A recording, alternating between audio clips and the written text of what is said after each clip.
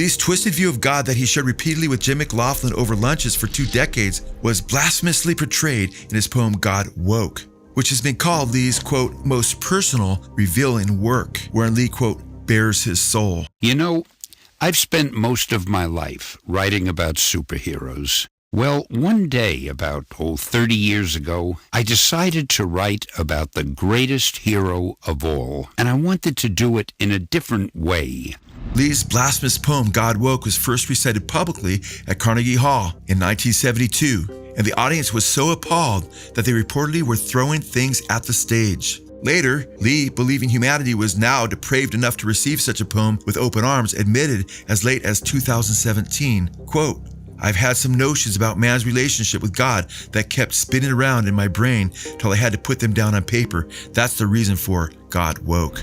In God Woke, Lee depicts God as a befuddled, half-remembering, flawed creator who is ultimately responsible for all the evil atrocities committed by human beings. McLaughlin admitted that he worked with Lee to expose, quote, a large audience to the poem, which was then adapted by Deadpool creator Fabian Nicieza and a team of artists and animators into animation. McLaughlin stated, quote, we've been looking for a way to bring this to a large audience for a while now, and the recording in Stan's own voice is the best possible vehicle to do just that. In God Woke, Lee depicts God like the fallen humanity that he created as less than righteous, less than just. Less than righteous, less than just.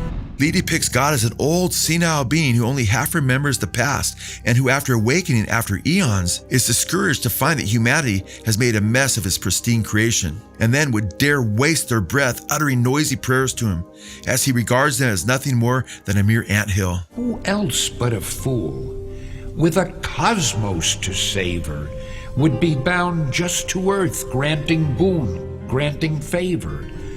Who else but a fool, with a cosmos unfolding, would linger with man, ever praising and scolding?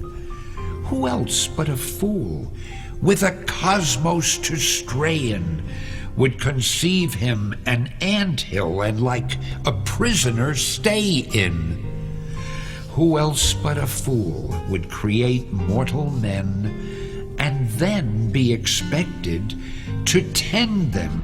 Lee doesn't quite appear to grasp the inherent contradiction of a sophomoric philosophy, that on one hand he regards God to be a fool if he actually cared about his creation on earth enough to intervene in the affairs of humans made in his image, and on the other hand, as we shall see, he condemns God for supposedly not caring more to save humanity from their plight. The truth is that Jesus revealed that the Heavenly Father cares even for one of the smallest birds, and states that he cares for his children far more. Jesus declared to his followers, quote, are not 2 sparrows sold for a penny?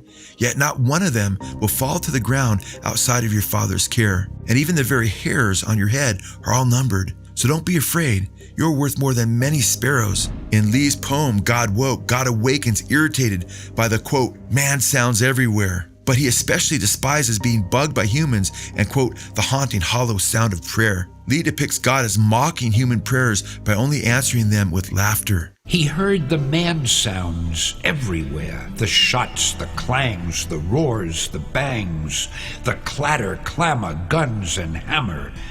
And then he found to his despair the haunting, hollow sound of prayer. A billion bodies ever bending, a billion voices never ending. Give me, get me, grant me, let me, love me, free me, hear me, see me.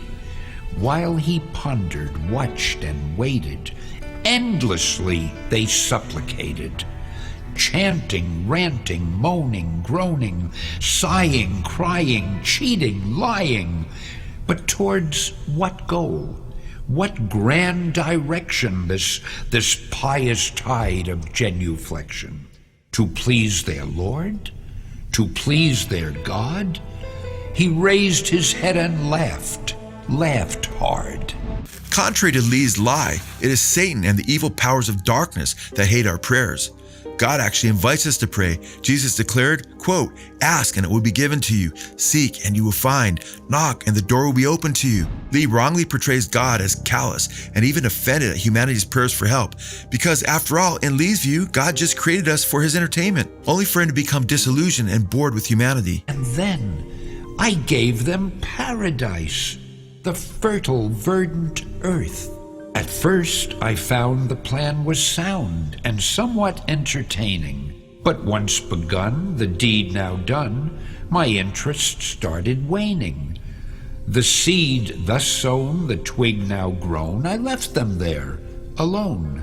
Lee then depicts seeking God in prayer as foolishness, not only because God is supposedly an uncaring being, but also because all human ills and wars are the result of people seeking God in prayer. Only man, earnestly praying to his God as he's slaying, and piously saying as the corpses increase, he does what he must, for his motives are just. The mayhem, the carnage, the slaughter won't cease. But no need to worry, God's in his corner, he's killing for peace. Man's greed, man's hate, man's crime, man's war, the Lord our God could bear no more. In the last stanza, Lee presents the thesis behind God Woke. Lee, in his mind, forces God to take a hard look in the mirror to confront the one who Lee believes is really behind the evil in the world. He must ask the question, is it God or man? He looked his last at man so small, so lately risen, but so soon to fall. He looked his last and had to know, whose fault this anguish, this mortal woe? Had man failed Maker or Maker man? Well, according to Stan Lee, after a long sleep and a hard look in the mirror, God finally comes to the realization that he's the one to blame for all evil. After all, according to Lee, he's the bumbling demiurge of Gnosticism who came up with the whole plan anyway. Who was the planner and who's the plan? He looked his last, then turned aside. He knew the answer, and then God cried.